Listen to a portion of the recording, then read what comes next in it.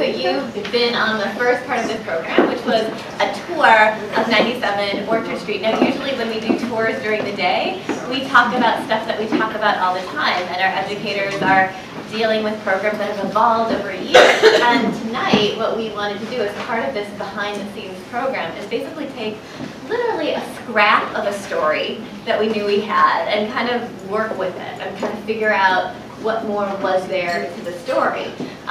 And so we always had known, or for a long time, as you know, that scrap of paper, we had found museums, I'm saying we, but we in the sense of people who work in the museum, but it was well before any of us were here. It was in the 90s when they were working on the floorboards, and they found Dora Meltzer's business card and the papers, and then under the staircase a few years ago found even more of them. So there's this great, exciting story of this woman, Dora Meltzer, who was a palm reader. The Yiddish is almost identical to the English, except the Yiddish also says that she's able to, in addition to guessing how old you are and what your name is, she's also able to tell how much money you have in your pocket. Somehow that didn't make it to the English translation, but it was in the Yiddish one.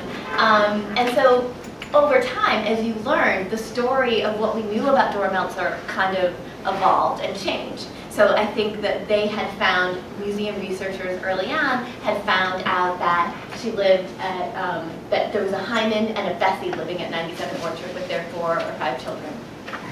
And so then we thought, the museum thought Bessie must have been Dora, and that was like Dora was her, you know, Bessie was her, I'm the wife of Hyman and the mother of Ray and Sammy and all these children, but when I'm a fortune teller, I'm Dora Meltzer, you know. So, but then someone called, a family member saw this article somewhere about it and called and said, no, Dora was not Bessie, they were related, something like Dora was the aunt. So then we thought for a long time that Dora was either Hyman's sister or sister-in-law that lived with the family and told fortunes. But then, so that's where we were for a long time. And then we decided, let's do this program. And then the day before the program, we're like, let's actually research it more. That's kind of how we roll at the Tenement Museum now, because we were doing so many other things. And in the 90s, when they did this research, they didn't have the benefit of Ancestry.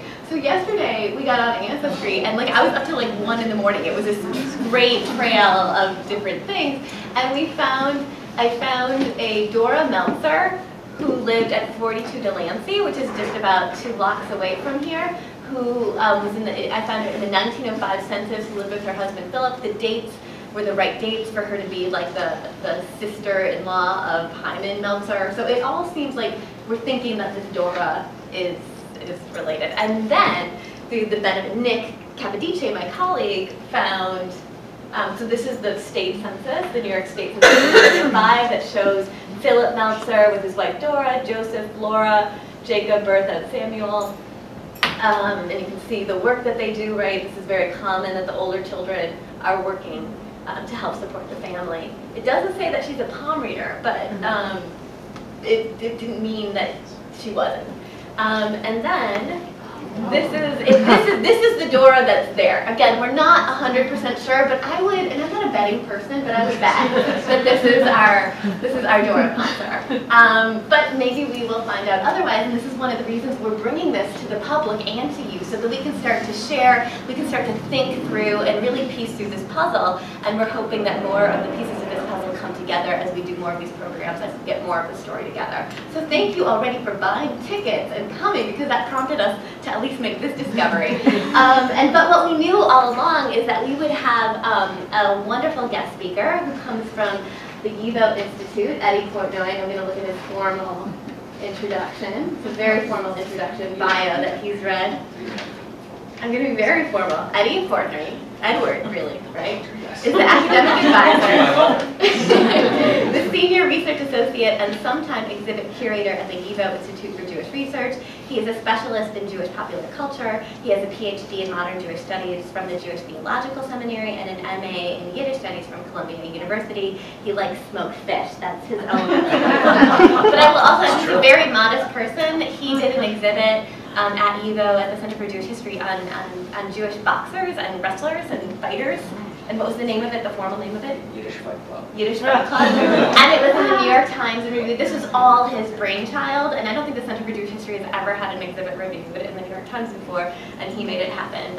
And he has a wonderful researcher of this popular culture that the Yiddish newspapers kind of give us so much. And I think you're not a religious man, but my guess is the Bible, if you had a Bible, it would be the Yiddish newspaper. It would be the press. if I had to swear on something. And so what Eddie is going to do is give you a little bit of background on some more palm readers in the neighborhood, and I might interject once in a while and ask a question that kind of, if something occurs to me that thinking it can help us flesh out Dora's life, and then we will open up the question to you, open up the floor to you. Well, thanks so much. You didn't get to hear how great Annie is. I won't. My sister's here to deny everything. So thank you guys for coming out.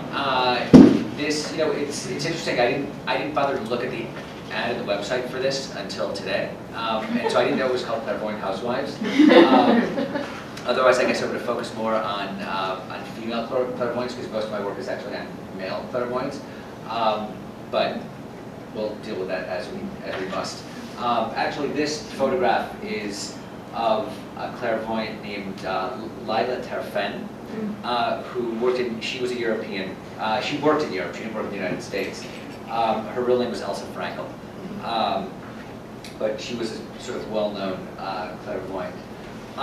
Okay, so as far as, one of the interesting things that the guide mentioned, and I don't know if all of you went on the tour or not, but the guide said something about how people who are religious aren't really supposed to go to clairvoyants or psychics. That it's it's something that's really frowned upon for a variety of reasons officially in religion. So, for instance, I just wanted to read something from Deuteronomy, which says the following: "There shall not be found among you anyone who maketh his son or daughter to pass through the fire, or that useth divination, or an observer of times, or an enchanter, or a witch, or a charmer, or a consulter with familiar spirits, or a wizard, or a necromancer." A necromancer is someone who contacts the dead. For all that do these things are an abomination unto the Lord, and because of these abominations the Lord thy God doth drive them out from before thee. There's also, this is obviously from the Bible, it's Deuteronomy. In the Talmud, there's also a great deal of material that actually deals specifically with women and how they're witches. There's a lot of witchery in the Talmud and how you should try to avoid them. But what's interesting about this is when religions begin to legislate something, when they tell you not to do something, it always means that people are doing this. And one of the interesting things is because this appears in the Bible, it appears in the Talmud, it appears in rabbinic responsa throughout the centuries. And that's a clear indication that people never stopped going to clairvoyance. They never stopped working with the occult. And this is something that's common in all cultures. It's not just among Jews, but I think that if you were to, if you were to speak to a rabbi or, some clergy, they might say, "Oh, Jews don't do that." But Jews do that. They do everything. And then, there's really a stock. Jews, in fact, have a stock in trade in ignoring or making their laws so flexible they can break them, or get over them in some way. So as a result, Jewish history is really chock full of psychics and clairvoyants, and you can sort of anticipate that if there was some profession within the occult, there was always some Jew somewhere that did it. Now what you see here is the opening page of a text called Hochman, or The Wisdom of the Hand. This is an 1882 Yiddish reprint of a 1799 reprint of a Hebrew palm reading manual that dates to the 16th century. It's one of a number of examples of this type of text. And what's interesting also is you can see, if you look on Dora's flyer, you see something very similar.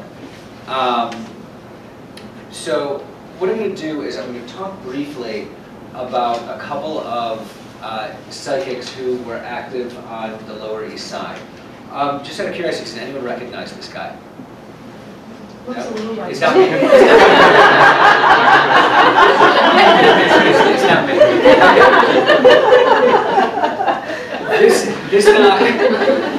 This man's name was Naftali Imber, and he was born in Galicia, the shtetl in Galicia, in Zlochev. And he was, in the 1880s, he moved to Palestine, and where he served as the secretary to an English lord named Lord Oliphant. And he learned English from this man. He was his secretary, and Lord Oliphant was in fact very interested in the occult. And as a result, Naftali, who had also dabbled in Kabbalah, was also interested in the occult. And Kabbalah is Jewish mysticism. Right, it's a type of Jewish mysticism. So Naftali ended up going to the United States in the early 1890s. By 1896, and he's also a poet and a writer. He's a bit of a bohemian, and he's a heavy, heavy drinker. He loves drinking. So he winds up working as a performance psychic. What this means is he travels around the United States, and he really traveled the breadth of the country, performing, making predictions, and telling people's futures. And the press writes about him extensively. In 1896, he warned all Americans to stay away from Paris, that there was a catastrophe about to happen there. Within 6 months, an enormous fire broke out that leveled a few city blocks and killing hundreds of people. This sort of cemented his reputation as a quality psychic. So, just a few other examples of predictions that he made. In 1897, he predicted that a state of Jews would be declared in the land of Israel, and it would be born through violence. This came true. He also claimed that, I just want to check this quickly. He claimed that in the future, power from the sun's rays would be used to heat people's houses. Not bad. He also prophesied that California wines would become some of the best in the world. Yeah, he really did. I'm not making any of this up. I'm not making any of this up. Okay, but you know, his record is not that pristine. So just as an example, he also prophesied that in 2010, and he's doing this in the late 1890s. In 2010, he prophesied that there would be a new civil war in the United States. It wouldn't be between the North and the South, it would be between the East and the West. It would start when the ultra-progressive state of Kansas, the ultra-progressive state of Kansas would declare war in the East. You would have a capital in New York, which would the East would annex Canada, and the West would be split between Northern California and Southern California. So this is, you know, an example of something where he didn't really have it on the money. But that was safe because he didn't think it would be a century later. Right, exactly. So, and he traveled around the country making these predictions, and they were all reported on in the press, in the Yiddish press, and also in the English press, or the English language press. So, in 1890, he also did not make an enormous amount of money doing this, and he frequently had to stay in sort of low-end hotels. You know, in the press sometimes calls them flop houses, or the press of the era. In 1899, he was arrested in what the press calls a flop house in Los Angeles for having assaulted someone. After that, he makes his way back to New York, and he sort of reinstates himself in the intellectual Jewish community. Has a lot of interaction with writers and scholars. He's very well regarded as a poet, and he winds up with a patron, Judge Mayer Sulzberger, who's a wealthy, kind of almost aristocratic Jew, gives him $30 a month but he doesn't give it to him. He understands that Naphtali Imber is a bit of a drunk and would spend it all on liquor, so he gives it to Abraham Richest, who is the director of the Jewish division of the New York Public Library. And Richest gives Naphtali Imber $1 a day in whatever book he orders at the library. And he spent so much time at the library that on his 1905 passport application, he gives the library as his address. So he's really he's kind of one of these guys who lives at the library. It's pretty amazing. Now, Imber, like I said, he was a very well-known poet, and he died in 1909 at the age of 54. He was well-known enough so that 10,000 people, or an estimated 10,000 people, attended his funeral. Why was he so well known? Oh, I'm sorry, this is him in his old age. Maybe I will look like that. It's not that bad. So this is his 1905 passport application. You can see at the bottom here that he gives the library as his address. And he's famous because he's the author of,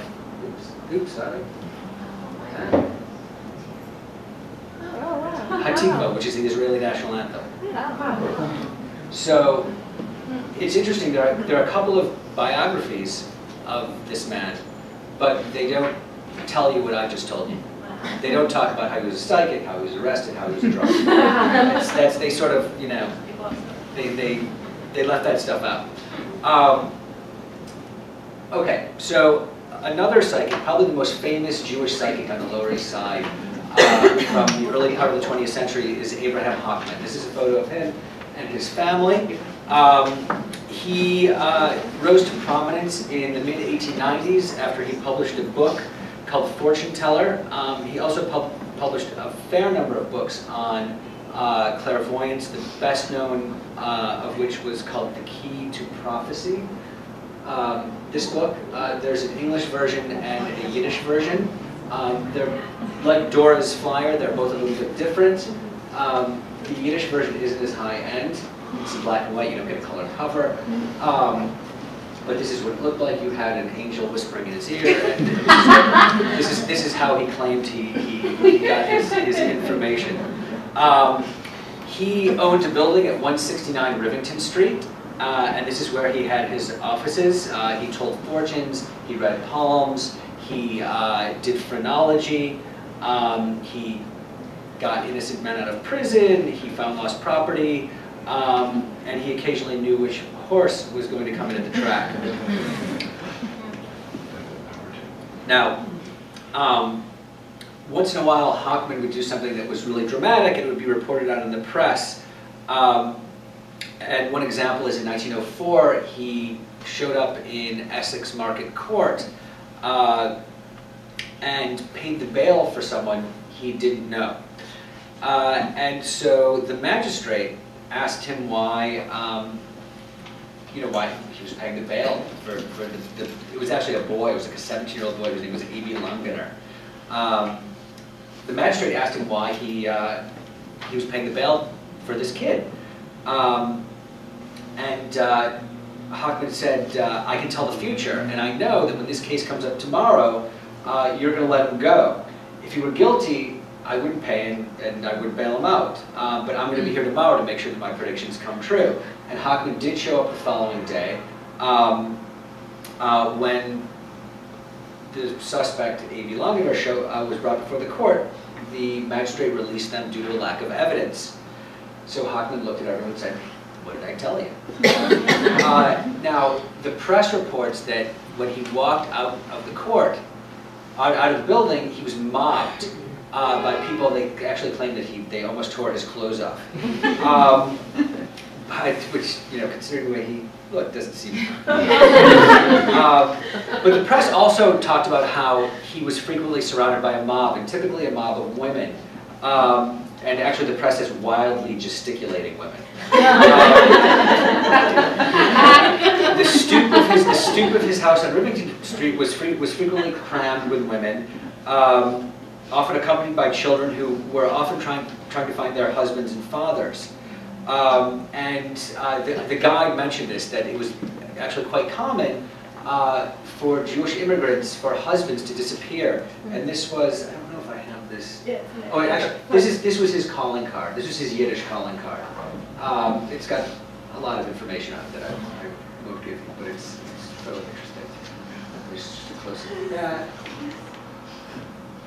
Oh, before I get out to this, I just want to point out, this is the, I think this is the 1904 New York City directory. You can see the list of clairvoyants. And I'm sorry, this is really small. He's in the middle, Abraham Hawkman, 169 Rivington. And they're really all over the city. You can really find them everywhere. Now, unlike most of these clairvoyants, Hawkman was a little bit more clever because he also put himself under phrenologists in the same New York City also directory. palmists? Was that another category? Actually, palmists didn't appear. I only found So we found under teachers, under the category of teachers, it was like teachers of palmistry. Oh, okay. So that's, I didn't look under teachers. But we didn't find Dora at all. Okay. So, but you can see there are far fewer phrenologists, and he's the only phrenologist that also appears under clairvoyance. This is the 1910 U.S. Census, and you can. Oh wait, this has a thing that I can, like a red dotty thing. Okay, here.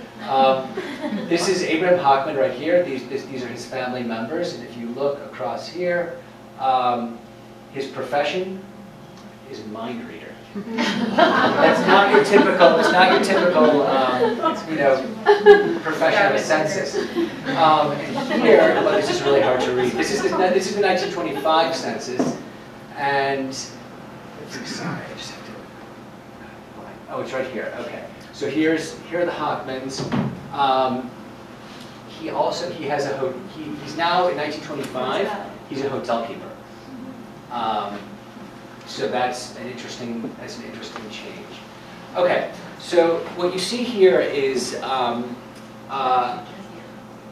clipping from the Jewish Daily Forward, or the Floorboards. This is called the Galerie von Verschwundene Männer, or the Gallery of Missing Men.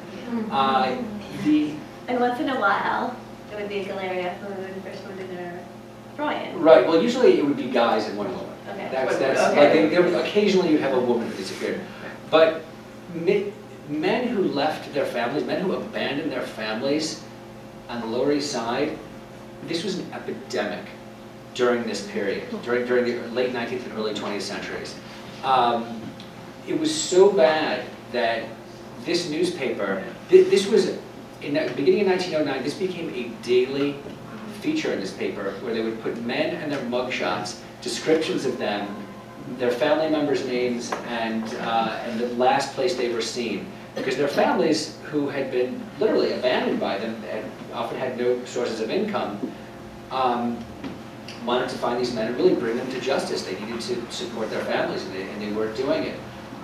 This was an enormous tragedy for the community, and it was so bad that a quasi-governmental agency was created called the National Desertion Bureau that tried to track these men and bring them to justice in some way. Where did they go? Anywhere and everywhere. I mean, They didn't want to be in their situation. I mean, you had men who left their, who would come to the United States, leaving their families behind in Europe, marry someone without telling anyone, and they would be sought. You had men who married women here and just disappeared. They couldn't afford to raise their families. They couldn't afford to feed their kids, so they just left. And they were, because no one knew who they were, let's say one of these guys went to San Francisco and he met someone, started dating them, married them. They have no, I mean, there's no way to know. It's but not like this was huge because everyone read this newspaper. Yeah. So it was the most effective thing that this National Desertion Bureau was able to do. Yeah, because the woman couldn't remarry. Right. Right. Exactly. Right. Is this any more prominent here than any other place? Among any other group? I mean, I think among any other Group within well, it's hard to say. I don't, it's difficult to say. I don't think I think My it's great-grandfather relatively did it. common. Yeah, no, it was common. So among the Germans who had come before them, the same thing was happening. Italians as well. I would say the thing that was different about the Jews was that I think they organized faster to create organizations to like track it. Therefore, the issue was even bigger because they were publicizing that here's this issue and help us figure this out, and cooperating with the court systems and lawyers to figure out ways to deal with these. Right, and you don't see things like this in other immigrant newspapers. Right. Because they didn't report it, not because they didn't. Right, and the newspapers kind of were different in some of the different communities. Right, the newspapers very much became, the Yiddish papers became a guide to life in, in whatever, city Jews were in. Like it was like this was the only form of media.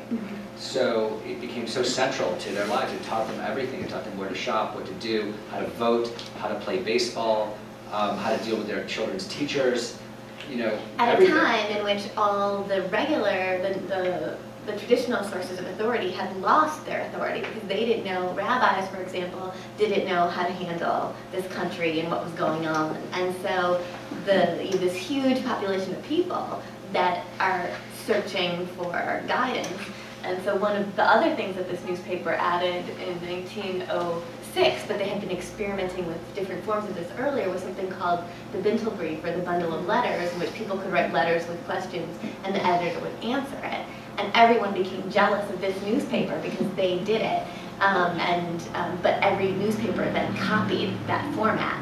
And people used to say that the editor had replaced the rabbi in many ways because it was the editor and the people working for the newspapers who could dispense advice that people needed for their daily lives. Yeah. I'm just wondering if there was a higher level of literacy among the Jewish community than other groups, or was it about equal? I think it's generally regarded as Jews were more, at least Jewish men were more literate. They were often required to go to school. Many didn't. There were certainly lots of Jews who couldn't read, but I think that it's generally said that Jews were more literate than other groups, other immigrant groups. And once they came, they had more of a sense that they were going to stay. So there was even more impetus to kind of learn English and do things than maybe other immigrant groups that might have had intentions to go back. But many adults came and never learned English, but were literate in Yiddish, and that's why you have this newspaper culture that flourished. Right. For instance, a huge percentage of Italian immigrants went back. Right. Jews generally didn't go back. It was pretty rare for Jewish immigrants to go back because there really wasn't, there wasn't much of a plan to go back. Yeah. So this is important because locating missing husbands was one of Abraham Hawkman's specialties. And there are all kinds of reports in the press about his success stories. So one of the stories that's reported on is in 1903, a woman by the name of Minnie Cohen went to Hawkman and paid $1. For a missing husband, you didn't pay 15 cents, you paid $1, which is significantly more. She went to Hawkman, told him her story, and he told her that her husband could be found at the corner of Pitt and Grand Streets at 10 p.m. that night. And he said that he would give her $50 if he was wrong. Wow. So at just before 10 p.m. that night, Minnie Cohen drags a policeman out of the Essex Market police precinct, tells her the story, and the policeman is kind of curious. He doesn't really care, but he's like, okay, I'll go.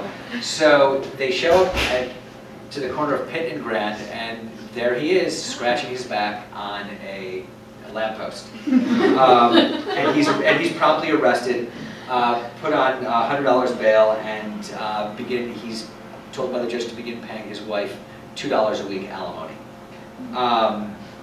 Hochman's response to this was to tell the journalist that was reporting on this, Venus is ascendant, husbands beware.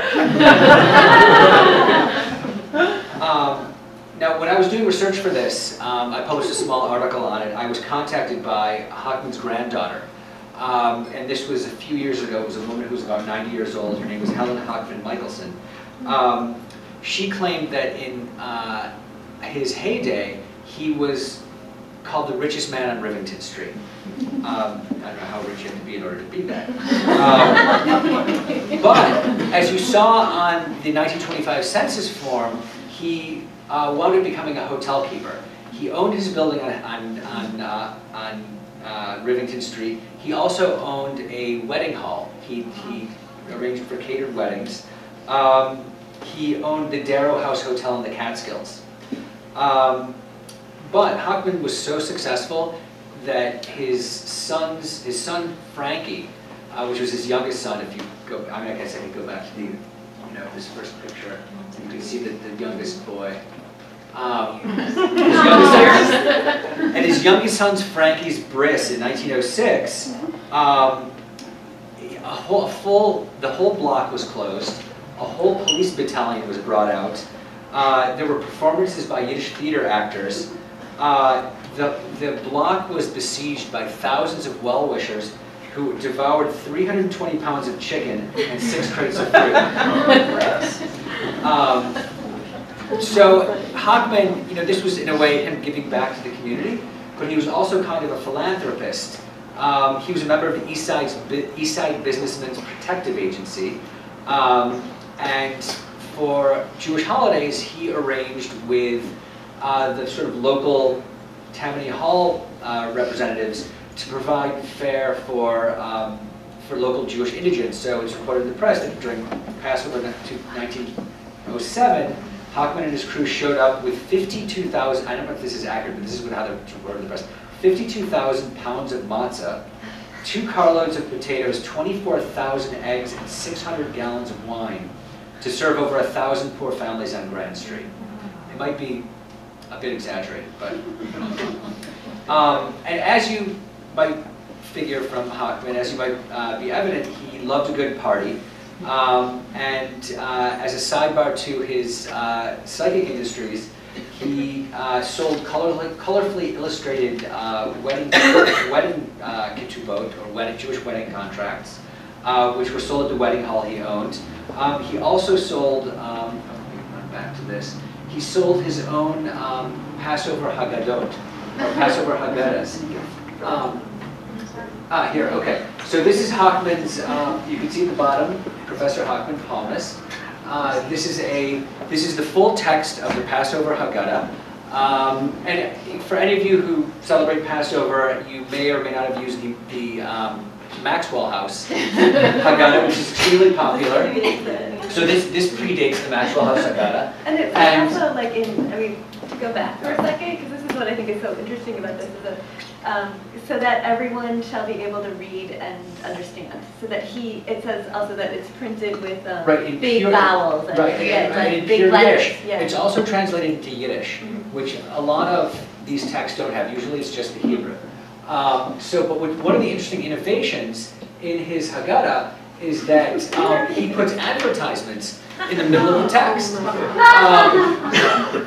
So this is an advertisement for himself. And it says the best advice giver, right? Right. So you also have this is an advertisement for a photographer on his block. Actually, a couple doors down from him. So it's more than likely a friend of his. And this is the most useful advertisement in a Haggadah. It's a doctor who will cure constipation. So anyone who eats a lot of matzah will know that this is an important and necessary thing on Passover. But this was much more bold than Maxwell House. This is Maxwell my House guess. would not put an ad. This was in gutsy. the This was pretty gutsy. Explain what a Haggadah is. It's the text of the Passover Seder, the sort of festive meal that's held during Passover. There's a text that you follow called the Haggadah, and this is it. It's a series of readings that relate to the holiday. Is it kind of like, do you provide with the 10 plagues for a reason?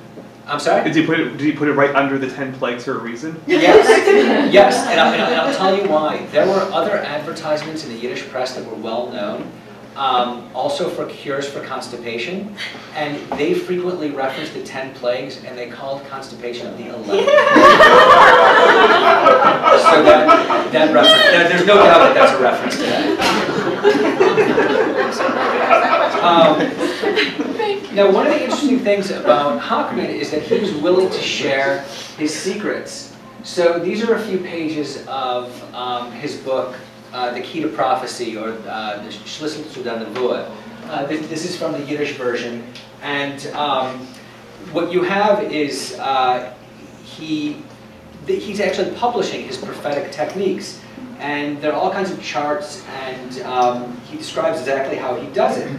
And he has what's called an astro-biblical chart that anyone can use to answer questions, and you see some of the questions here on this side. They include, will I fall in love? Should I take dance lessons? Does my husband know I've been bad? Should I get a job as a tailor? Is my landlord in love with me? Now, determining the answer required readers to hold either herbs or nuts in their right hand, count backwards by sevens using their left hand, add whatever remained to the number of the question involved, and find the corresponding number on the astro-biblical chart, which is over here, which provided the name of a Hebrew symbol and a natural element. The inquirers were to take the Hebrew symbol and the element and consult Hawkman's system of charts for another number, which led to the answer chart, whereupon a person could punch in the original number subtracted after the initial step of nut or herb and backward counting. So it's a little convoluted, but it's kind of fun to do, just to find out. Have you ever done that? I tried it, but What was the question? was my landlord in love with me? And are they? No. Well, maybe. Actually, I'm sorry. This is more of this chart. This is more of this astro-biblical chart. What year did this book come out? This book was published in 1909. So this is, this was part of the system that I just described. That's, And did he publish anything that, even before this, that Dora might have had in her own home? It's possible because he published books. He published 3 or 4 different books, most of which are not at all available. They're very, very difficult to find. This exists in the library of YIVO, where I work at the Center for Jewish History. There are other books. I found an English version of The Key to Prophecy that was, I think, published in 1898. It was not on eBay, but it was on some auction site that it had already passed, and I think it went for hundreds of dollars. I think there's a small community of people that collects material like this, and these materials have become very, very rare. It's not material that either scholars didn't think it was worthy of saving, and people in general didn't, they either didn't know what it was or it just kind of fell apart. And with Dora, I know that the relationship that he had in thinking about what you had mentioned about women waiting on the stoop for him, or women, but Dora potentially would have had a different kind of relationship with him. Did he do classes for neighborhood women who might be learning this? Is that at all within the realm of... It's not known if he, gave classes, but there was an article that I read in the Yiddish press from 1906 about and it didn't offer any names, didn't provide any names, but it was about a woman who worked for a famous psychic, no name given, on the Lower East Side, who learned the tricks of his trade, or learned how he did these things, and went off on her own and opened her own shop. So this was probably not a terribly uncommon thing. Kind of like a yoga guru, and you study with that, and then you open up your own. Right, you open up your own job. And that's actually what's interesting about that is that's the typical trajectory of most immigrants. If you work in a sweatshop, you save up enough money and you open your own sweatshop. If you were a peddler, you saved up money and you opened a little store, and then you opened a bigger store. And so everything happens in gradations. And so, women who did this, would apprentice themselves to someone or work for someone and then go off on their own. And sometimes it was families that did this. If the grandmother had some sort of insight into this and it was a feasible way to make a living, the daughter-in-law or granddaughter could do it as well. And sometimes one of the things we were reading about too is how family members would be helping. So that one of the reasons, and the educators might have explained this too, that we were passing out the sheets when you entered, is that might have been the point, that someone might have been Dora's nephew or niece or child, might be looking to find out clues to be passing on, to get the names and everything. One of the things I just wanted to read to, and then we want to go to your questions too, but this is what a New York Times article in 1909 wrote, that it has been pointed out by settlement workers and others familiar with East Side conditions that the prophets are not always a menace, and that in many cases they are actually a power for good in their particular communities. Since they know their people and the conditions about them, they are in a position to give much sound advice. They occupy the position of a priest or confessor. If they be honest, and doubtless many of them are, they find themselves in a position to be of great practical service. So this was after a whole article that was also saying all these people who are taking money, but then they kind of switch gears and they talk about the actual help they might be given. So I wonder, are there, and this is harder to find, but what could be in your mind the social good of this kind of Dora Meltzer and people like her? How are they helping the community? Well, I mean, I don't know if they're helping the community, but they're helping individuals. And they're helping individuals function in a world that's unfamiliar to them. So if someone comes to Dora and says, I want to work in a particular shop, and if she happens to know, and people who work in this field are generally very aware of their surroundings. They're very familiar with what's going on around them. And if someone comes and says, I want to work in this particular shop, if she's heard bad things about the shop, she might say no. Don't do that. That might not be good for you. If someone describes their relationship with someone and she feels it's not going to work, or if it's potentially abusive, who knows? She might say, don't stay with this person. She also might say, yes, work with this person or be with them. You never know. The psychic in this sense, the clairvoyant kind of becomes like a therapist in a way, and as a result, it can have some social good. And would you go to the psychic in your building, or would you go to the psychic in another building? I'm just trying to think about the residents of 97 Orchard Street. It depends. It depends. You might, and then you might not. It's hard to say. It depends on your relationship with that person. I mean, I've lived in buildings with psychics, and I never went to them. You did go to the other building, though. Because I mean, just for this, there was an article that I think you saw on the tour, but there was 1,000 fortune tellers in New York in 1909, and they estimated made about $10,000 a day. And the average fee was 10 cents or 15 cents. So that's a lot of interaction. Right. And so for many people, this really was a part of daily life, to go to someone and just seek advice. And how did that, you talked about... I just want to add that that's why we saw like Dora's census material, and that she did housework, or if she would have put clairvoyant, she might have had to pay taxes. And so this was, this is a type of employment where you could avoid paying taxes if you didn't declare. So that's, it's a useful thing to hide yourself in that respect. That makes a lot of sense. Is that why she might have, if she lived on Delancey, done it on Orchard Street? It's possible. It's possible, because if she had family there, she would, can I use your apartment during the day? Yeah.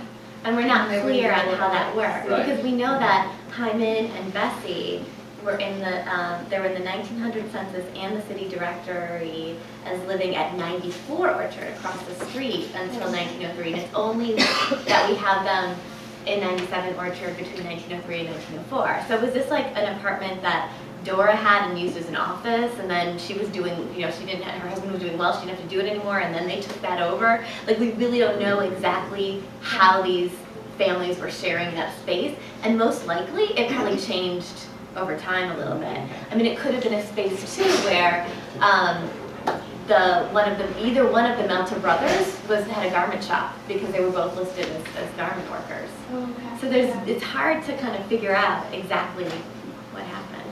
Are there records of psychics in different ethnic groups? I mean, Italian and German. I mean, like I said at the beginning, that this Yeah. exists in all cultures. Exactly, but are there similar records because the Corvus was so... I mean, the Yiddish press was the biggest immigrant press, really in the Right. history of the United States. Yeah. And so as a result, you have much more information than you do for other immigrant groups. I think that if you were to look in the Italian immigrant press and the German immigrant press, you would be likely to find, similar materials. You'd be likely to find ads. People like Dora didn't advertise in the newspaper, but Abraham Hawkman advertised frequently in the newspaper and in multiple papers. His ads are all over. His ads are in dailies, they're in weeklies. He was like an industry. So was it mostly like the men then that were like the big guys that had these It kind seems of that way. machines? It seems that way, but not always, because like for instance, the But first that's image I right. showed you, there were women psychics who were big in the business, but I think that for the most part it was the men who really, were more involved with publicity. Did people cross ethnic lines, or did people only did Jews only go to Jewish psychics? Did Italian No, people? people did cross ethnic lines, and not always. It depended. For instance, there was always talk in the Yiddish press of people going to gypsies or Roma, but I mean they're called gypsies. Right. Gypsy psychics who were regarded as having really special powers. So there's a lot of that. You don't necessarily have. I mean, Italian psychics or Catholic psychics, or psychics based out of Catholic ethnic groups, would more than likely have Catholic paraphernalia Right. in their offices, Right. and that would dissuade Jews from going. Right. But did people sometimes, if they didn't want people in their own community to know their business, would they go to another They might. ethnicity? They might. And some of that would be language too. Right. Oh, Because yeah, language is also an Dora issue, yeah. knew English, or at least she advertised that she did. Right. So it's likely that Dora might be someone that might be having someone crossing over from another neighborhood. Right. Yeah. Like Hawkman knew English as well, but his bread and butter was really with the Yiddish-speaking Yeah. community. Thank you. It seems strange. I had a question about the flyer, Dora's flyer. And you sort of touched on it just a moment ago. I find it interesting that she has one side in English and the other side in Yiddish. She was probably born and raised in Europe, in Russia. Probably knew limited, if any, English. So why would she even have English in her flyer? Which is appealing to the Yiddish people. She can't give advice in a language she's not familiar with. Well, you know what? One of her kids can translate for her. And that's not an uncommon thing. Right. The kids learned That's- English like that. Yeah. It's like, and so also, They're and 10 years old. it's confusing. No, some were older. It's confusing because it also says on the one side, like, newly arrived from Europe. Almost like that European status confers the greater Right. sense of the closer to the roots ability, but yet on the other side is English. I think it's the idea of a kid helping makes a lot Right, of sense. it's also the sense that she may not speak English very well lends an element of exoticism to it. So if you're a native English speaker and you go to this woman, it makes it much more compelling. Even more so that she has to go through a conduit, a child, which is really, it's a compelling feature of a type of performance that you have to consider, that she's telling the child that she's been telling the client. Of the angel whispering. Yes, Right, exactly. yeah. That's exactly it. I mean, and to just play with this, because again, we really don't know. I mean, another possibility is, it seems less likely, but there are settlement houses on Rivington Street, like a block, a block from Delancey Street. She might have gone to English classes for mothers that were at night or something like that. I mean, it's not without possibility. Oh, Sorry. About any understanding of how it could relate to Kabbalism? Like, like would men go to practice Kabbalism, but not women? I don't know. Generally men studied Kabbalah. Yeah. In fact, women at this time really didn't. And only men, traditionally, Right. only men who had You really- mastered right. the traditional learning. Right, you were really supposed to be very learned and over 40 years old. Those were the legal requirements to study Kabbalah, because it was considered too dangerous. So don't tell Madonna. She's over 40. She's over 40. I don't know when she started. I don't know.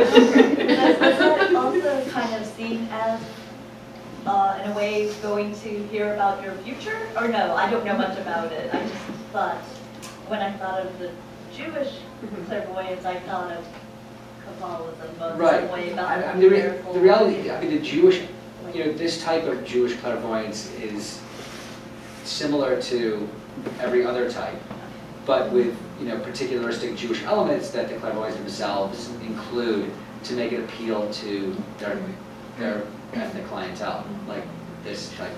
And to like almost legitimize or sanction it within Yes. that Right. culture in some way. Right. Sorry, you did it? I just would say, probably 99% of her clients spoke Yiddish. But since it's English and Yiddish and she's a professor, people would think, oh, she must be very smart. Right, of course. She might go to German now and again. Yeah. So speaking of the fathers that left their families, congested and insular was there. Couldn't they just have gone like 10 blocks north? They Yeah. had to go to San Francisco. They did. Like the story that I told. He was hanging out on a street Her husband was on the street corner. There's a great book, a short story that was written by Abraham Kahan, who was the editor of the Floorboards, and Yekel, like a short novella. And in it, and a movie was made about it called Hester Street, the Joan Nicholson Silver movie. But anyways, talking about how Yekel once was so mad he had to get out of the Lower East Side, so he's walking and walking and walking, and and as soon as he crosses kind of outside of the border of the Lower East Side, he feels like he's in another city, and then he comes back because he doesn't know what to do. But I mean, you could go within the Lower East Side, but you could also go a couple more blocks and be beyond it, and perhaps be in another world. I have two questions. One has to do with the aesthetics of the palmists and spiritualists at that time.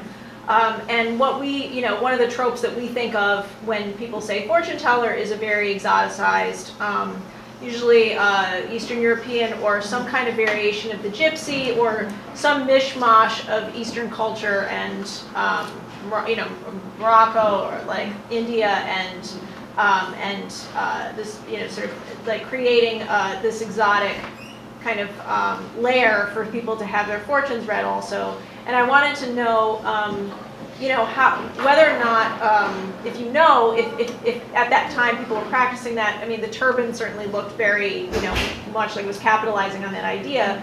But then how much did the gypsy kind of trope like take over the aesthetics of that? And then did that, or do you think that part of creating the idea of the familiar was what was important, that people just, that they dress very modestly and, It was really a combination.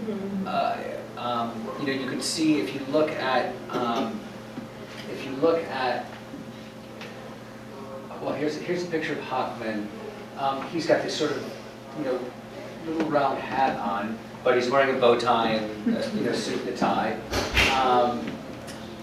Let's see, here. Here, you have him sort of mulling over a book. This is nothing special. He doesn't look particularly exotic, although here you can see that he's got these special medals hanging from his chest. It's sort of a mishmash. He's got his skull and his books and his phrenology and his palm chart. All in his globe. There's no crystal ball, but he doesn't look like. I think there's like a little tassel hanging from his hat. He's like slightly exotic. If this guy Imber, when he traveled around the United States, he advertised himself as the Mahatma and would wear white robes. And there are no photographs of this, but this is how it's described in the papers. So that's the element of exoticism is very important. This woman who never made it to the United States, has this turban, sort of a jeweled turban.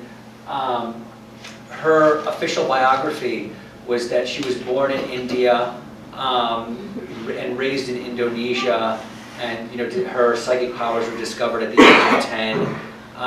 And she, wound up traveling the world as a child, giving predictions, and giving to very, very famous people, heads of state, actors, all kinds of people. The reality was she was born in Minsk.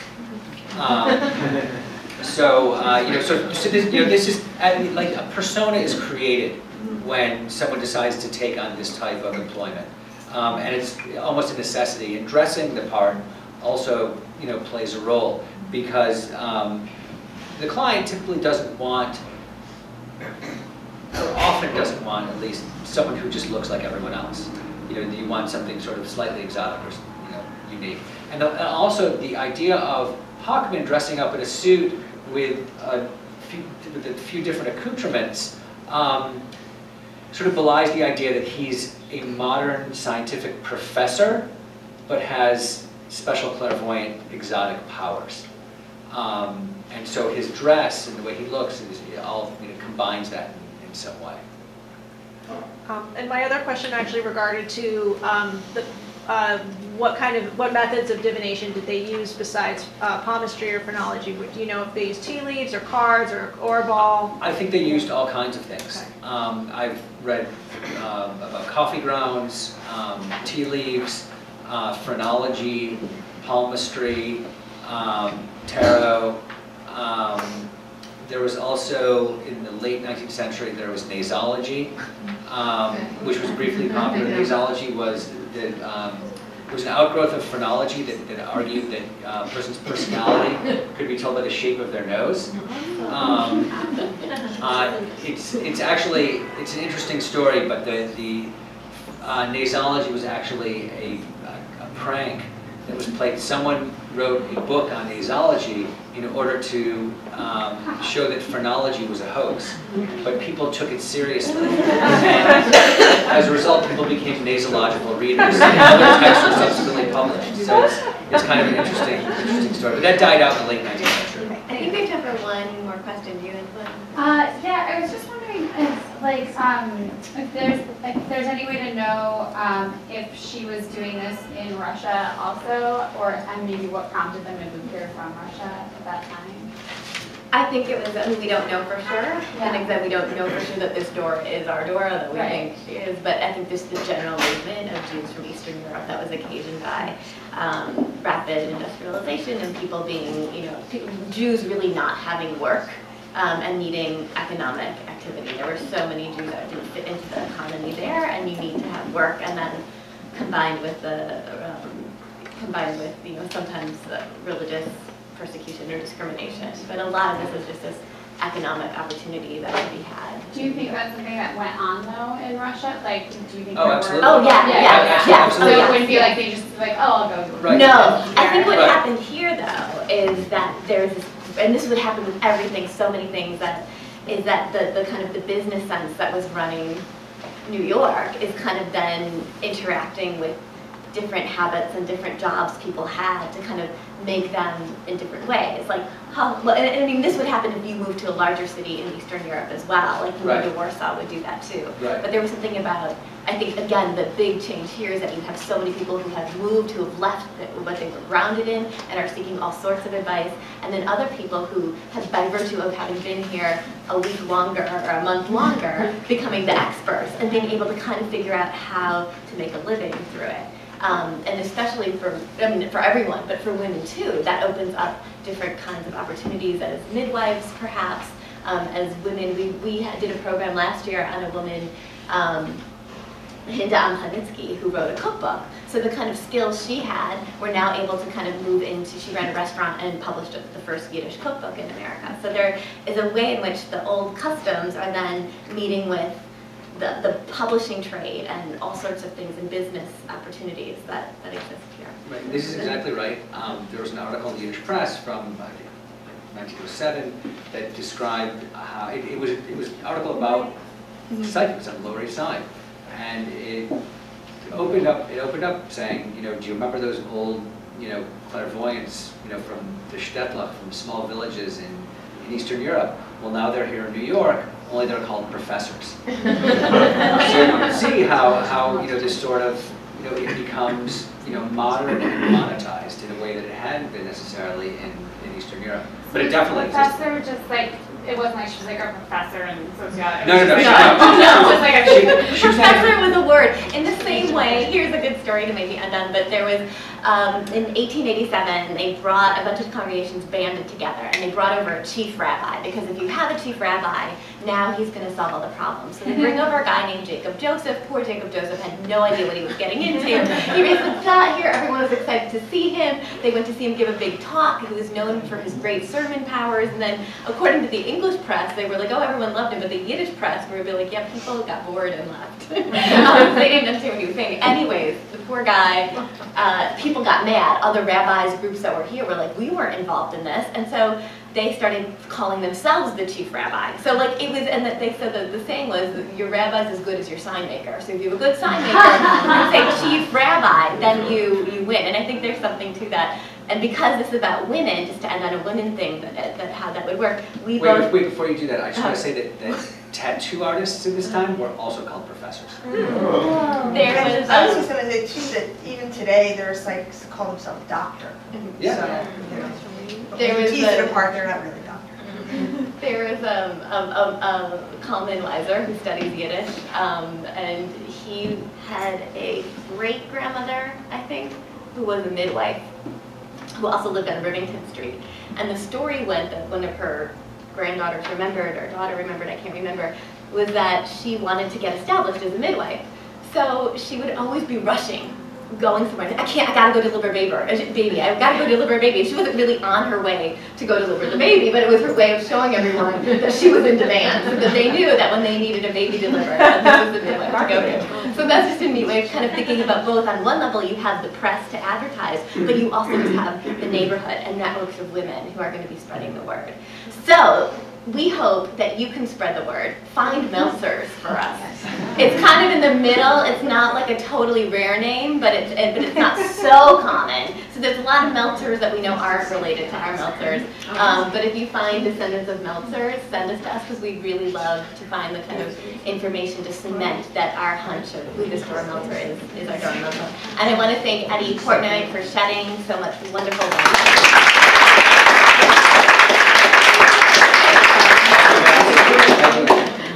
And thank all of you for coming, and thank Laureen and Elisheva for leading.